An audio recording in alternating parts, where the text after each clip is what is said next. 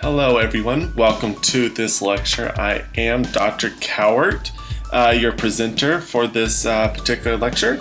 And today we're going to be discussing adrenal fatigue and how it can also be related to thyroid dysfunction. So it's really kind of difficult to talk about adrenal dysfunction without, at least in part, talking about thyroid dysfunction as well. As you can see here, there's a lot of symptomatology that goes with both conditions that tend to overlap, such as the fatigue, the weight gain, the psychological deficiencies, decreased libido, things of that nature. So oftentimes when a patient presents to the office and they start listing off one or more of these symptoms, it's really easy to say, oh, it's adrenal fatigue, or oh, it's a hyperthyroid. And that's where it becomes really important to be able to kind of dig in a little bit further to better identify, which one of these are we actually dealing with, or are we actually dealing with both of these types of conditions, which, as we'll see further along in this lecture, that it's likely that you could be dealing with both of these symptoms at the same time.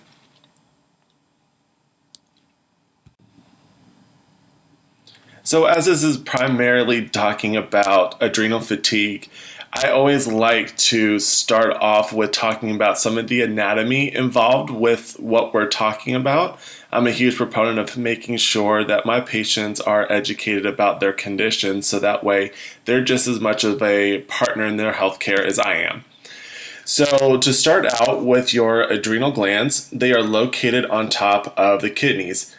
Renal, meaning kidneys, ad, meaning on top of, so that's kind of how they got their name. The little glands that sit on top of the kidneys. So on the previous slide, it looks like the adrenal glands are quite small, and for the most part they are, but as you can see here, they're actually a lot more involved than what they may initially appear. There are two main sections. You have the innermost portion, which is your medulla, and then your outermost portion, which is your cortex. As you can see there, that within the cortex, you have three main zones. You have your glomerulosa, your fasciculata, and then your reticularis zones. And then underneath that will obviously be your medulla. And we'll go into a little bit more in depth of what each one of these zones are responsible for within the body. So within your medulla, the inner portion of the adrenal glands, that's going to be responsible for your flight-fight. That's going to have produce your norepinephrine, epinephrine, also known as your adrenaline. Within the cortex, the outer portion of the adrenal glands, and you have those three zones. The first zone, your glomerulosa, is going to be responsible for producing aldosterone.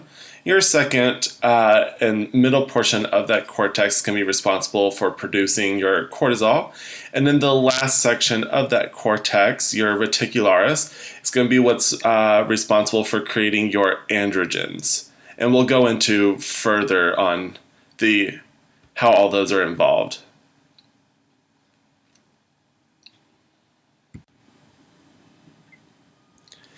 So first up is the medulla. So this is your acute stress portion of your adrenal glands. It is responsible for your sympathetic nervous system. Your sympathetic nervous system gets stimulated from the upper nervous system into the spinal cord and then going into the adrenal glands, which in turn end up creating your epinephrine and norepinephrine, or your adrenaline. So that's going to be your flight-fight mechanism, that survival, that thing that keeps you alive. You're running into a field and you see a bear. Do you fight it? Do you run from it? I put in here tyrosine because you're actually going to see tyrosine as a huge theme within this lecture as it relates to both adrenal function and thyroid function. Within here, tyrosine is actually going to be a precursor in order to make your adrenaline hormones. So we'll look into further why that's going to be super important when dealing with both of these conditions. So I mentioned that flight-fight mechanism. How does that happen? So first you get introduced to a stimulus, and in this case we're using a bear. Once you get exposed to that stimulus, you're walking through the forest and you find a bear. Boom. Your hypothalamus, which is your hormone regulator within the upper nervous system. By upper nervous system, I mean like your brain spinal cord area. So the hypothalamus is located within the brain, and it's going to produce hormones that will then in turn stimulate to the spinal cord. Then from the spinal cord, it will then activate your sympathetic nervous system, which in turn will end up stimulating your adrenal medulla, that inner portion of your adrenal glands.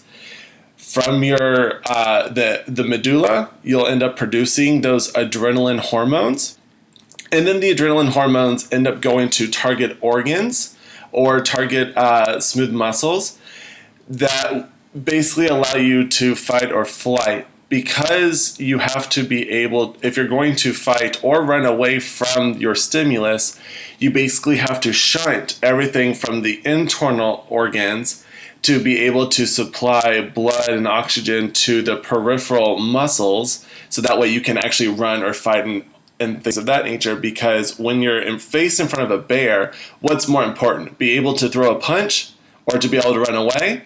Or is it more important for you to be able to digest your foods?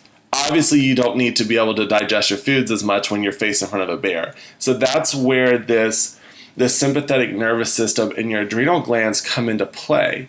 The problem with this is that when people are under lots of stress, and again, we'll talk about different types of stress as we move along, but when we have these prolonged stimulations to the hypothalamus and prolonged stimulations to your adrenal glands, that's when you start getting that fatigue pattern. Your internal organs aren't going to be working as optimally as they need to be, because everything is going to be shunted in response to this hyperactive stimulus, so to speak. And that's when people are really starting to get into trouble, is that prolonged stimulation to stress.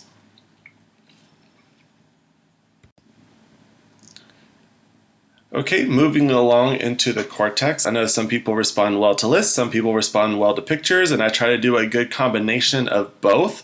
So within the cortex, you again can see the different layers there. You've got your glomerulosa, your fasciculata, and your reticularis.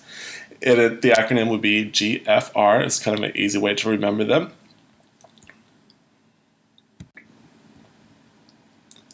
And as mentioned several times already, your first zone is going to be your glomerulosa zone. Its main role is producing that aldosterone, which has a huge responsibility in regulating your blood pressure. So basically what's going to happen is that it's going to allow for water retention.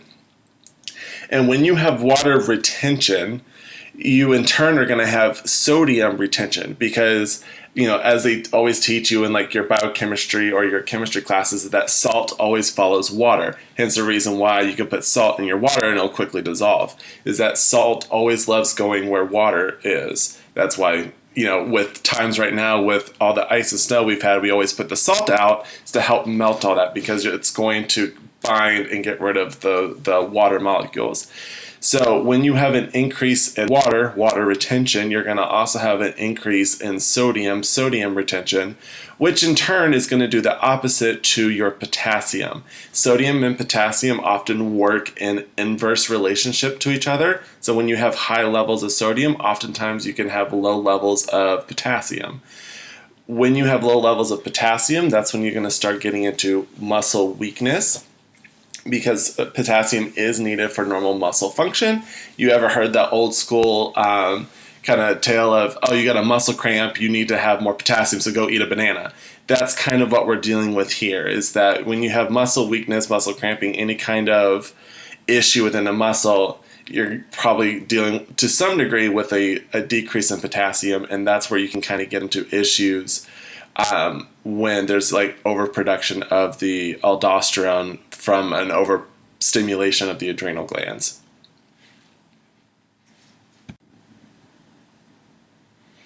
So when we're talking about adrenal dysfunction or adrenal fatigue, this is probably the biggest portion of that, and that's going to be cortisol. Cortisol is produced in the zona fasciculata, which, if you remember, is that middle zone of the cortex.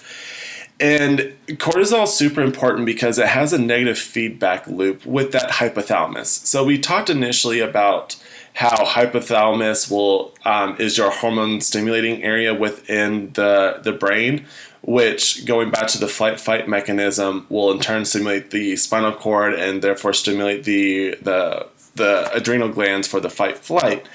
Well, when you have increased levels of cortisol, meaning the adrenal glands are being overstimulated, it will then in turn produce cortisol and therefore more cortisol. That cortisol acts as a feedback mechanism back to the hypothalamus to say, hey, we have enough cortisol, please stop stimulating the adrenal glands so that way we don't keep making cortisol.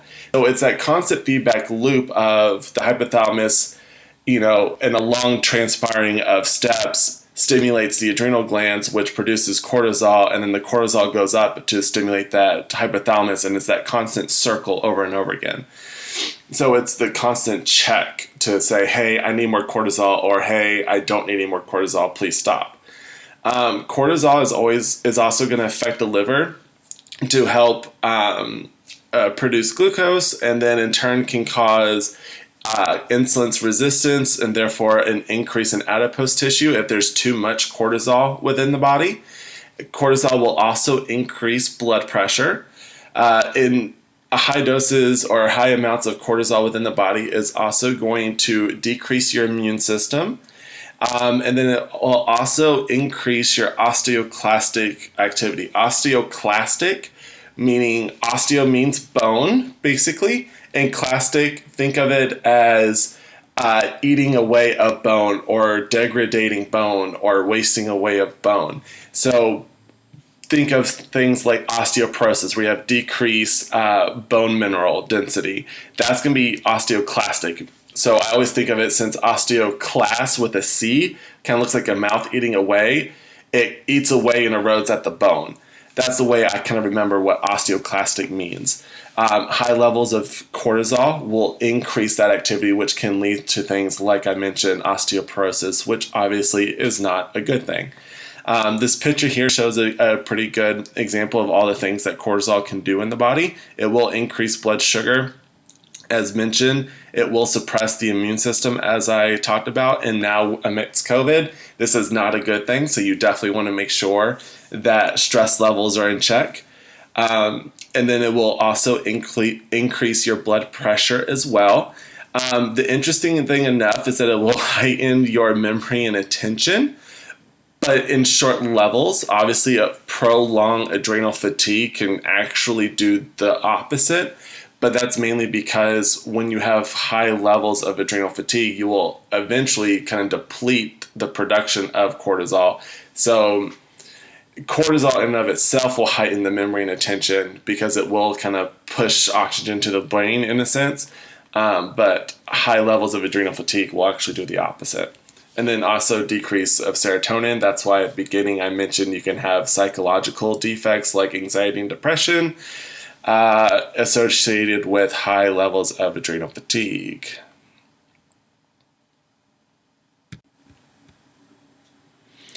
So the last section here of the cortex is going to be your zona reticularis. And the interesting thing is that unlike your glomerulosa and your fasciculata, that this particular zone, the reticularis, isn't actually directly related to increase in stress levels. This one, the reticularis, is going to produce your androgens. Androgens are going to be your sex hormones. So in males, it's going to be super important for prostate growth and health. It will also increase male characteristics in both sexes.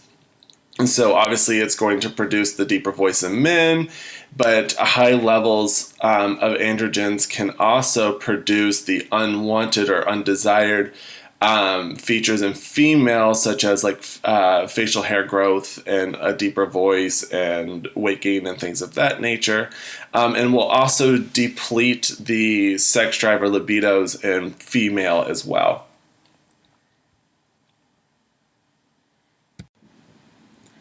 So within any kind of normal body processes or biological process with any organ or gland, you can in turn end up having extreme or pathological issues within those particular organs or glands. And the same is the case for the adrenal glands. So we have two main conditions here. The first one being Addison's disease, which is basically your adrenal glands not working. So it's going to be an underfunction of the adrenal glands. When you have Addison's disease, basically what's going to end up happening is that you're going to have an increase in potassium and an increase in positive hydrogen ions, which are known as free radicals. So this combination of the increased potassium and increase in hydrogen can be known as metabolic acidosis. So sometimes you may have heard of that term. That's what we're talking about here. Increase in hydrogen ions is not good. Those free radicals, as we know, they are tissue damaging and cancer causing agents. So we want to obviously make sure our adrenal glands are working properly. With Addison's disease as well, you're going to have a decrease in sodium, which in turn is going to cause a decrease in blood pressure.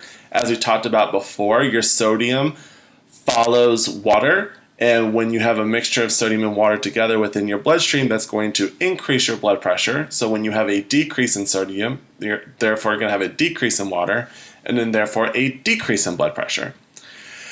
Also, when you have a decreased function of your adrenal glands, you're going to have a decrease in production of cortisol. So therefore, you're going to have a decrease in blood glucose levels. And then you're also going to have a decrease in production of your androgens, so therefore a decrease in your testosterone. So sometimes you've heard of guys, especially like older gentlemen, that have low levels of testosterone and fatigue. It could be due to an underfunctioning adrenal glands, if you will. Then the second pathological disorder within the adrenal glands that we're talking about here is called Cushing syndrome. And this is basically known as the kind of like the opposite of Addison's disease in a sense. So this is going to be an overproduction or overstimulation of the adrenal glands. So as you see here, it's an increase in ACTH, which is a hormone produced by the pituitary after the pituitary gland is stimulated by your hypothalamus. The ACTH from that pituitary is what ends up stimulating your adrenal gland. So it's what basically turns your adrenal glands on. It's like that's what says, hey, adrenal glands, start producing your cortisol, start producing your androgens, things of that nature. As we talked about this being the opposite of Addison's disease, you're going to have a decrease in your potassium levels. You will have a decrease in your hydrogen atoms. Again, increase in your sodium levels because again you're overproducing the adrenal glands and therefore overproducing your cortisol. So that's going to obviously increase your blood pressure. Again, you're going to increase your blood glucose within the bloodstream. And then you're also going to have an increase in your androgens and therefore obviously an increase in your testosterone. So on the next slide, we'll actually show like via picture what that really is going to look like for the average person.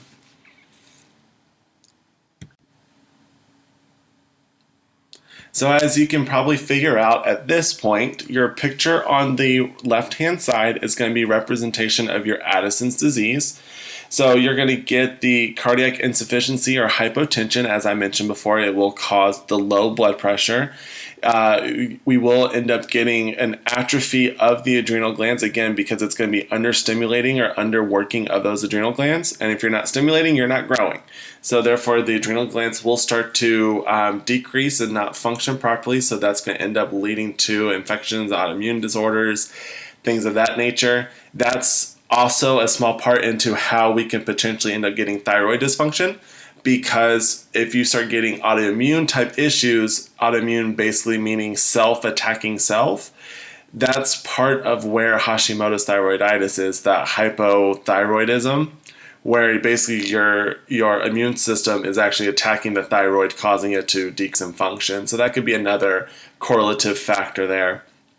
Then you also get your muscle weakness, as talked about before. On the other side, on your right-hand side here, you have the obese person. So this is going to be representing your Cushing syndrome. It can really be caused by anything, really, like anything outside the body affecting the inside of the body. Prednisone is one of these things that could also cause an overstimulation of adrenal glands. Some of the key notes here is, again, that obesity, when you have the increase in glucose, blood glucose, that will in turn obviously lead to diabetes and obesity. You'll end up getting the hypertension along with that. We did mention back on the cortisol side, the osteoporosis. You can start having, obviously, an increase in that osteoclastic activity that I mentioned, again, leading to osteoporosis. Again, you also start getting muscle wasting as well. At the bottom, it talks about the diabetes as well, because you can start getting diabetic neuropathy in the feet.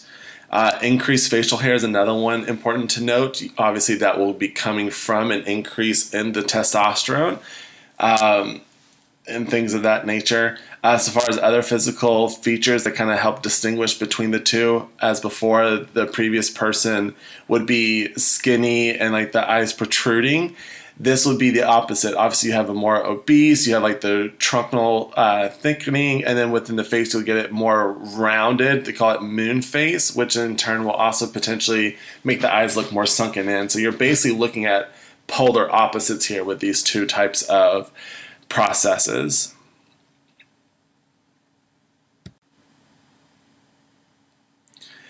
So again, here's some symptomatology in regards to adrenal dysfunction, potentially adrenal fatigue as well. Some of them are ones that we had already mentioned before, like the fatigue and like the sugar and salt cravings.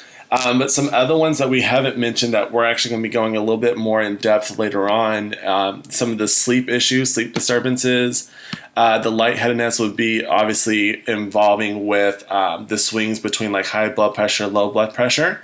The hard to start in the morning will go into some of the sleep issues and disturbances. And again, we'll talk about that a few slides later. And then hip and low back pain. This one's important because with what we do in applied kinesiology and chiropractic, we know that there's muscle and organ relationships. One of the muscles that relate to the adrenal glands is your sartorius muscle. It is the longest muscle in the body. It attaches from the hip down to the inner portion of the knee. And so when you have any kind of adrenal disturbance, that will make the sartorius muscle not function properly, which in turn will end up causing pelvic distortion. And so therefore you may end up getting hip pain or low back pain, because with the hips not in proper alignment, it's kind of like if your basement in your house isn't leveled properly, the rest of your house isn't going to be leveled properly. So it's the same kind of concept there, that, these metabolic and biochemical issues within the body can also result into a physical structural complaint that could be really common for a chiropractor, but may not ever actually get to the root cause, without understanding this biochemical connection.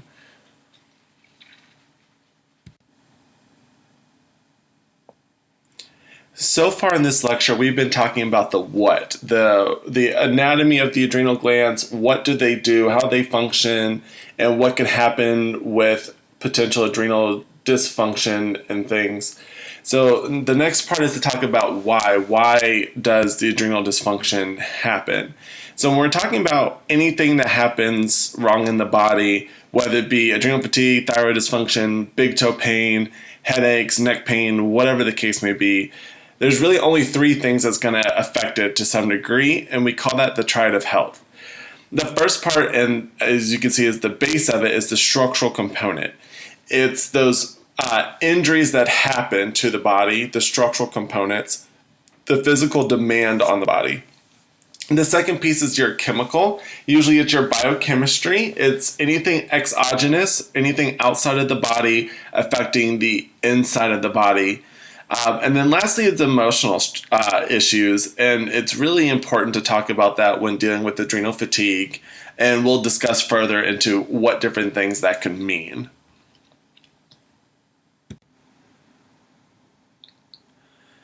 All right, so the first part up is the physical stress. This is the structural component to it. So if you have an increase in heart rate, so again, we talked about that flight-fight mechanism.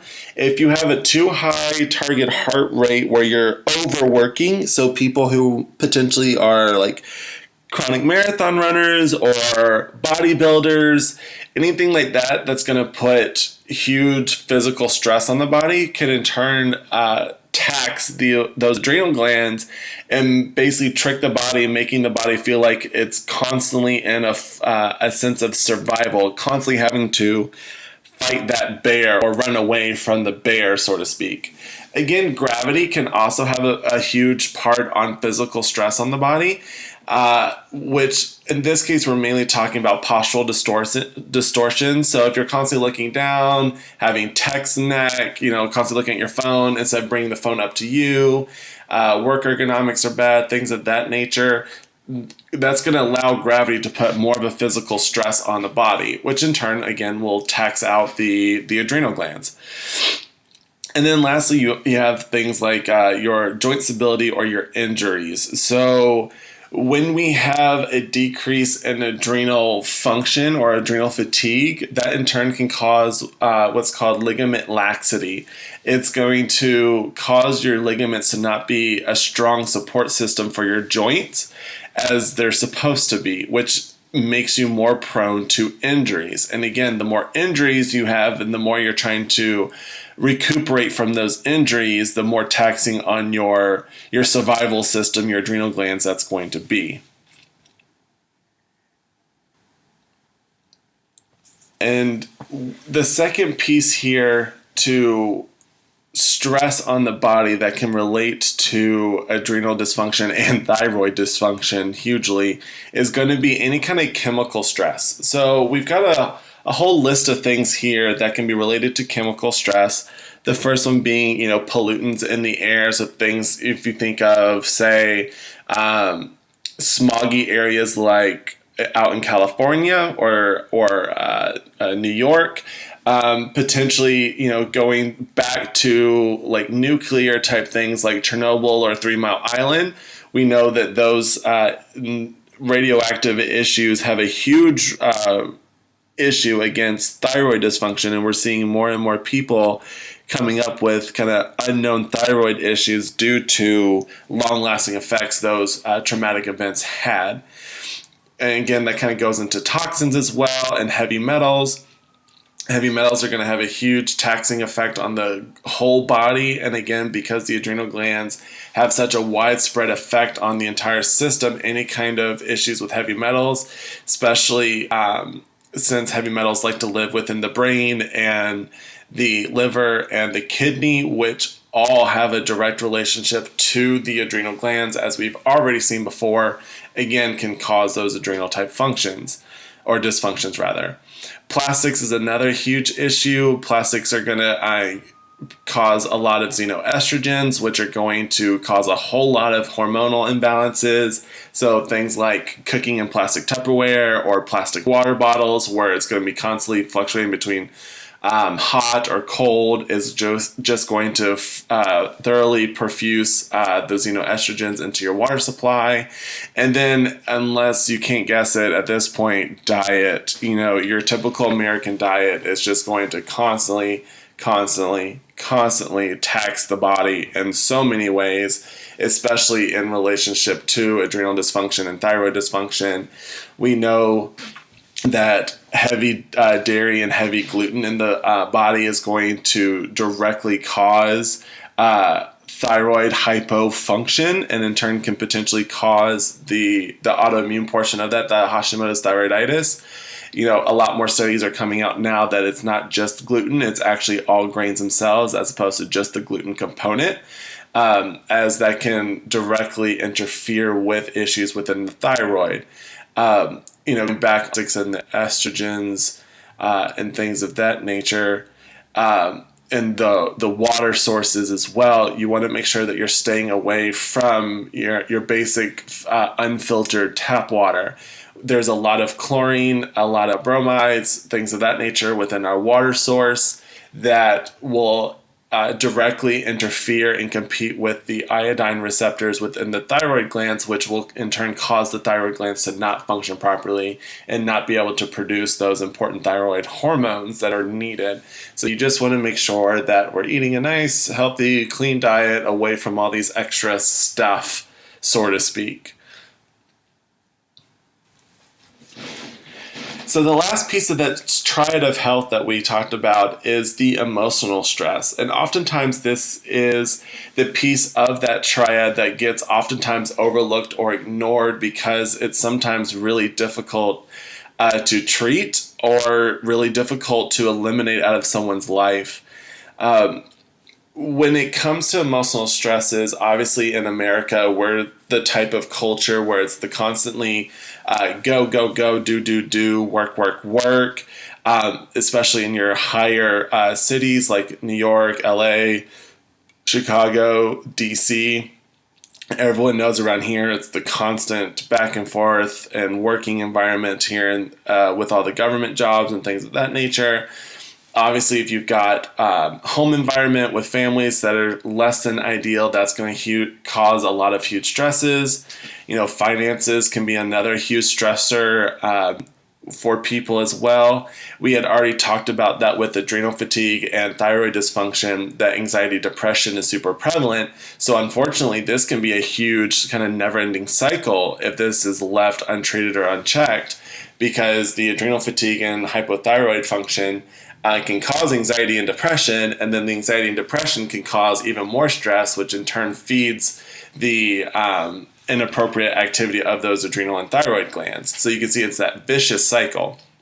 And then, of course, we're in the 21st century.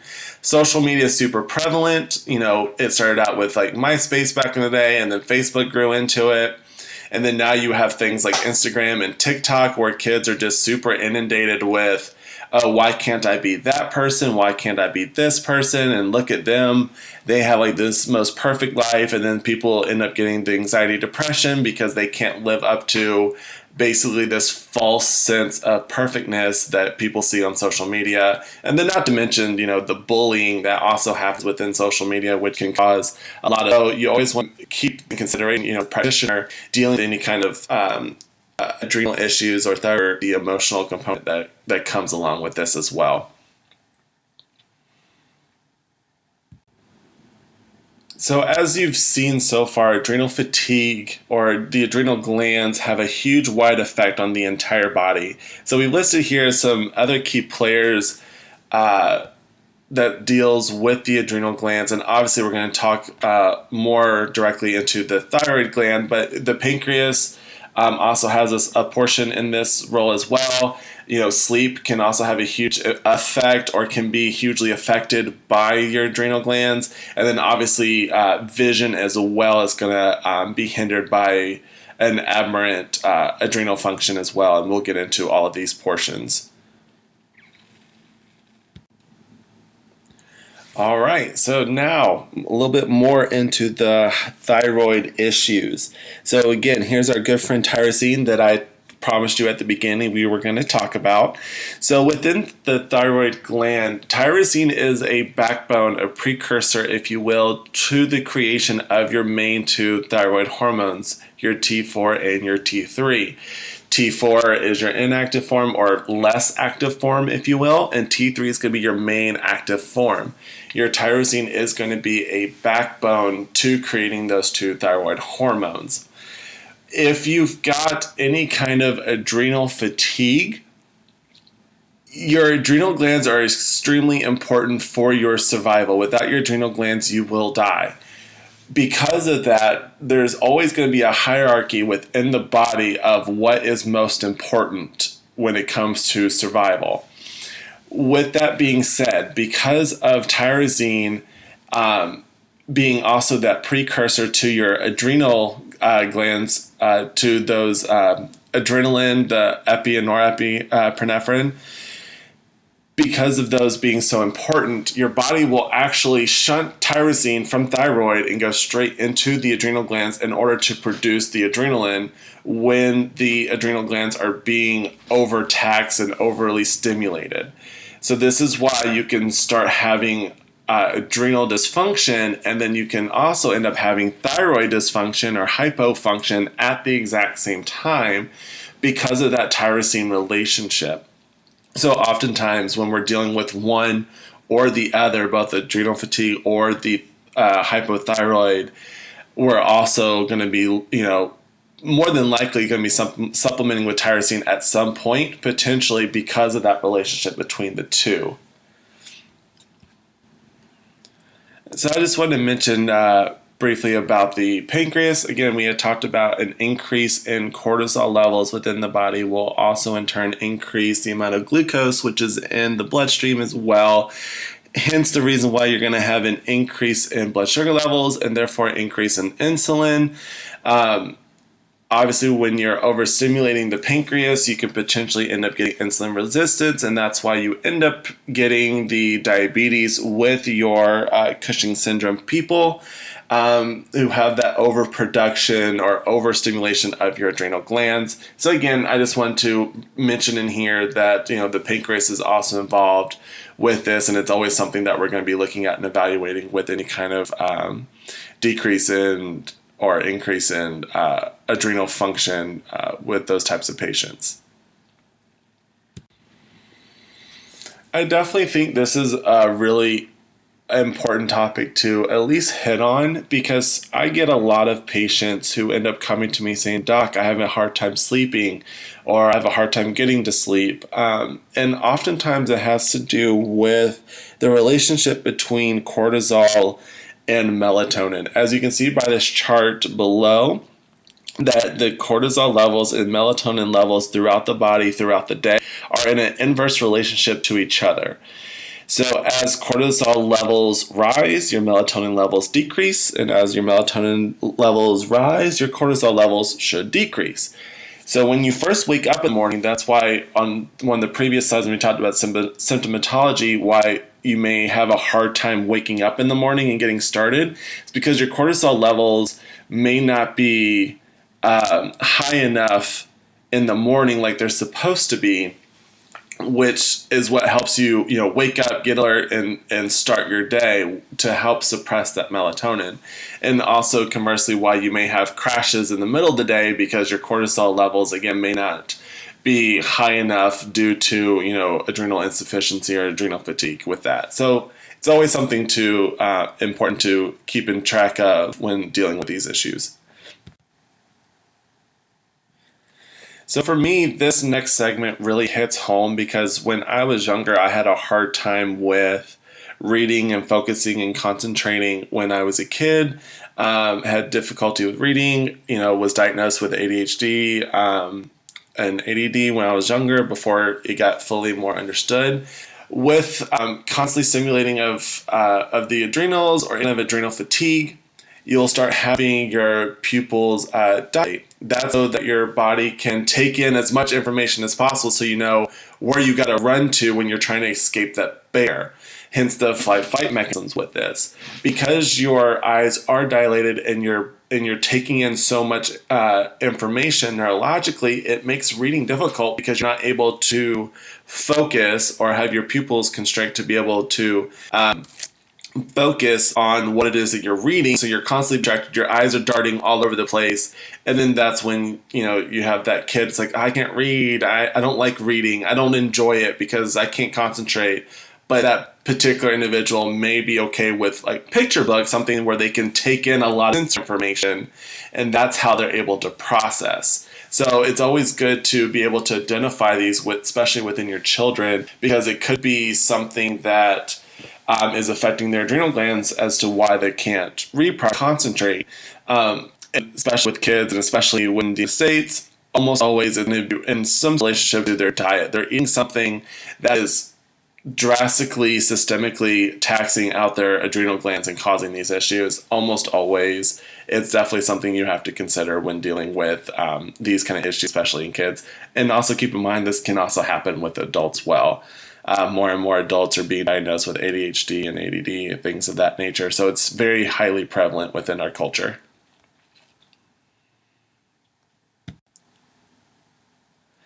So we talked about the what, and we just finished with the why these things happen. So this is my favorite part of the evaluation and treating. How do we figure out you've got adrenal problems, and what do we do to fix it? So with this, there's a lot of different things that we're looking at that gives us potential clues into does someone have any kind of issues within their adrenal glands or in the thyroid gland. With orthostatic blood pressure, that's when you take the blood pressure in 3 different positions, starting with seated, and then you lay down and take your blood pressure, and then we have you stand up and take your blood pressure. We do that with every single new patient that comes into our office, and we do that pretty much with every time we re-examine a patient as well. Because, adrenal dysfunction is super prevalent in a way. So we always want to screen for it. So when you come from a lying position to a standing position, your blood pressure should increase, slightly. Typically, we would see some sort of adrenal issue when the blood pressure actually will drop, whether it will lower a little bit or drop drastically. That's why, again, one of those slides where we talked about the symptoms could be like the lightheadedness. You can definitely get lightheadedness when your blood pressure drops instead of increases when you stand up. So it's that person who kind of gets a little slimy headed when they get up from bed, or someone who's sitting in a chair and they get up too fast and they get a little lightheaded. That's the kind of issue that we're talking about here. So we check those blood pressures to kind of pre-screen to see if we potentially may be dealing with some sort of adrenal dysfunction. We're looking at the gait scan as well. In our office, we have everyone complete a gait scan. It will measure how you are normally walking and then your balancing pressure on this gait reading map. Again, that goes back to when we were talking about that sartorius muscle. We can see a lot of postural distortions within that gait scan that could potentially lead to what could be a pelvic misalignment due to the sartorius weakness. So again, it's another precursor to say, hey, I may want to be looking at this a little bit further. Accugraph, again, because of the adrenal glands have a widespread systemic effect on the entire body. With the accugraph, it can show us potential clues into other organ systems that may not be firing appropriately. And then in ancient Chinese medicine, we know that the adrenal glands also relate to kidney function, and the kidney meridian is one of the acupuncture meridians that is checked on the accugraph. So again, there's a lot of different things that can be seen on the accugraph that could potentially give us some clues into what's going on here.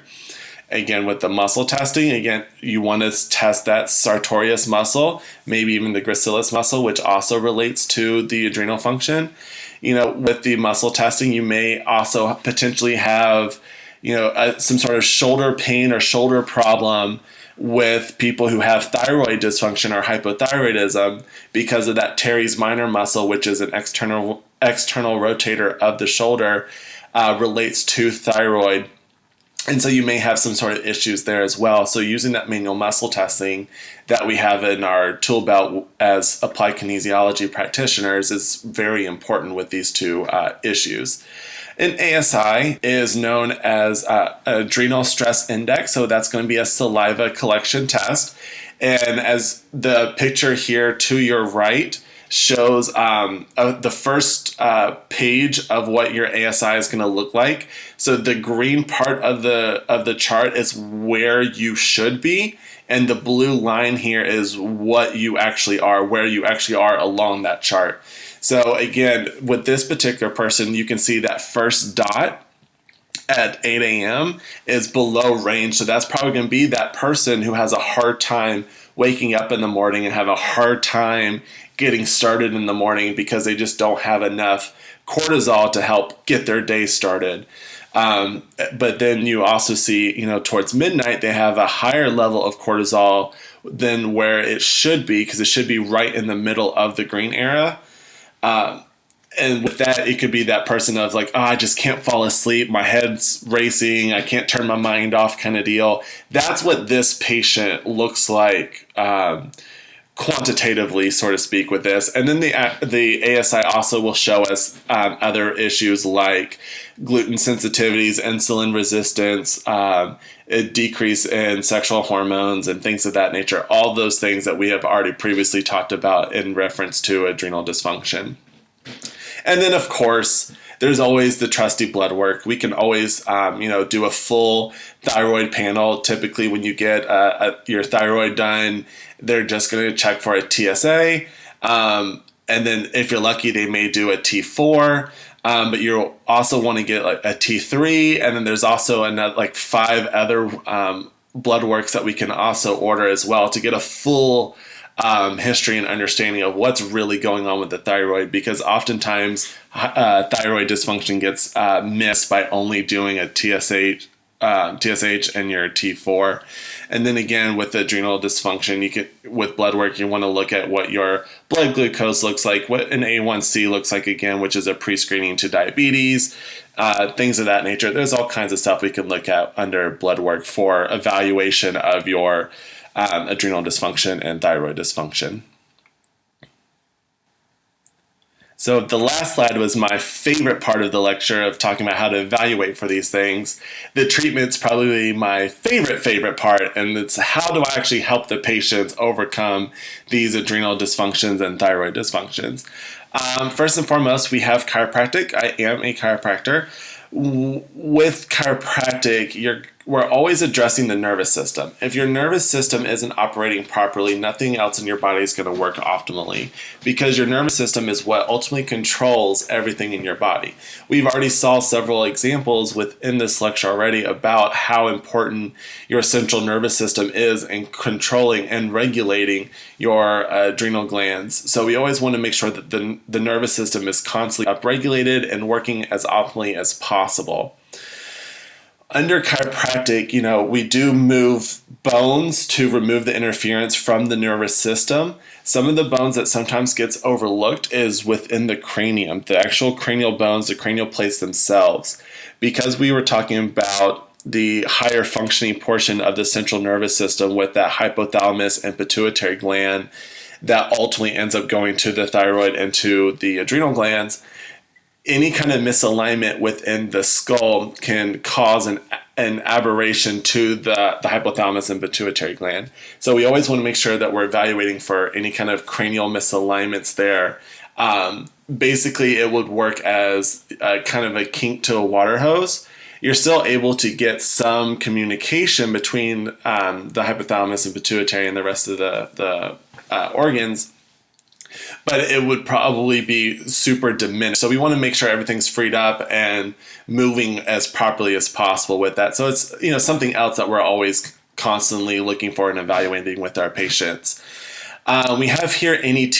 NET stands for Neuro-Emotional Technique. It's a subset that comes from applied kinesiology that specifically works on the emotional portion of that triad of health that we mentioned previously, because we talked about how super important the emotions and stress portions affect the adrenal glands. We want to make sure that any kind of mental emotional stress is also taken care of. And, again, if need be, therapy and things of that nature can also be part of that. Nutritional allergy testing. We talked about how gluten and dairy drastically affects the gut and therefore the adrenal glands and the thyroid glands. So we always want to make sure that we're testing for food sensitivities that could be causing global inflammation and potentially any of those autoimmune type issues. Supplementation, we talked about how tyrosine is super important with both the adrenal glands and the thyroid. So we want to check for supplementation of tyrosine. We may want to look at iodine for the thyroid. We may be looking at glandulars for the actual adrenal glands themselves. So there's a lot of different supplementation that can come into play based off of what people's blood work or ASIs, things of that nature look like. Acupuncture can also be super important again, we talked about how the acograph can give us kind of a window into different organ systems that may not be working optimally due to the adrenals. So we want to make sure that the acupuncture systems and energetics are also in check, because that in turn can also help decrease a lot of mental emotional stress as well. Detoxification is good. We have ionization foot baths in the office that sometimes we use when people are super lymphatic backed up. So we talked about the increase in free radicals, those positive hydrogen ions. If we have an increase in the hydrogen ions, we want to be able to detox those out of the body. And then, of course, massage, because massage can definitely decrease a lot of stress within the body and can help reactivate a lot of muscle function as well. So those are all really excellent treatments that can be employed to help with people who have some sort of adrenal dysfunction or thyroid dysfunction that we have all at our disposal here at Roselle Center for Healing. So lastly, we've talked about, what things can I do as a practitioner to help my patients with these issues. But as I said at the very, very beginning, I want all of my patients to be just as much of a partner in their healthcare as I am. So a couple of things you can do at home to really help with decreasing stress on the body, both the mental, emotional stress, but also the biochemical and physical stress. Meditation, whether it be you just kind of take a couple minutes before bed to reflect on your day, listen to quiet, peaceful music, just unplug and relax for even if it's just 5 minutes a day. And then, of course, eat cleaner, take away the fast food stuff, get some fruits and veggies in, clean meats, things of that nature. It sounds simple and it sounds repetitive because everyone's harped on it for so long, but it truly is a really simple, easy way that you can avoid a lot of these issues we've talked about today that you can do at home quite simply. And with that, I would like to thank you for attending this lecture about adrenal fatigue and thyroid dysfunction. We are very happy that we're able to continue to educate our patients so that way they feel way more empowered about their own individual health. For listening to this lecture, we'd like to extend a gift to you. It's a full orthopedic, neurological, and applied kinesiological exam, plus a complimentary report of findings consultation that is normally a value of $225. But again, as our gift to you, we're offering both of those appointments to you for a donation of $99 to Caring for Others. You'll get both of those appointments basically for free from that donation. Caring for Others is a 501c3 charity organization that Roselle Center for Healing works with. They provide alternative health care to those individuals who can't afford any kind of health care at all. It also helps provide scholarship opportunities for those individuals who are looking to extend and expand their education and certifications on the alternative healthcare professions as well. And then it also helps provide the funds and resources to allow practitioners such as myself to go out to the community and provide more education to, again, further empower the masses on their own education. So again, that $99 donation to Caring for Others will give you that gift for free, that full complimentary exam for you, and then the complimentary report of findings after the fact. So that way we donate our time, so that way you can get evaluated and know, if we are dealing with an adrenal fatigue problem or a thyroid dysfunction or both, and then how I can help you through that. So again, if you have any questions, definitely call our office and we'll be more than happy to help you. And I look forward to seeing and helping you guys soon. Thank you.